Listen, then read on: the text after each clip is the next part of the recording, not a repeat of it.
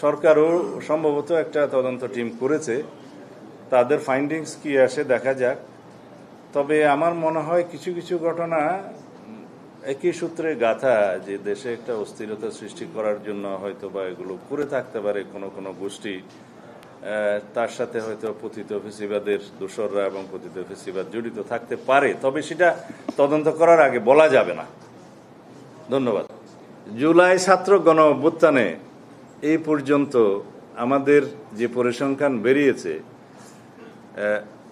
422 জন, আমরা ছবি সহকারে আমাদের নেতা কর্মীদের তালিকা প্রকাশ করেছি। এই সংখ্যা আরো বেশি হবে যারা জুলাই ছাত্র গণ অভ্যুত্থানে নিজেদের প্রাণ বিসর্জন করেছেন, শহীদ হয়েছেন।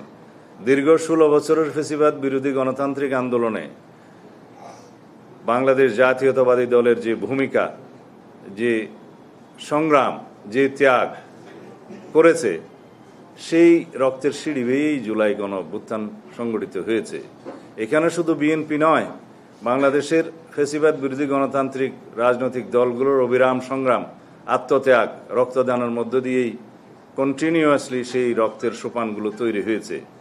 শাপলা চত্বরের যে নৃশংস হত্যাকাণ্ড, সেটা পৃথিবীর ইতিহাসে বিরল।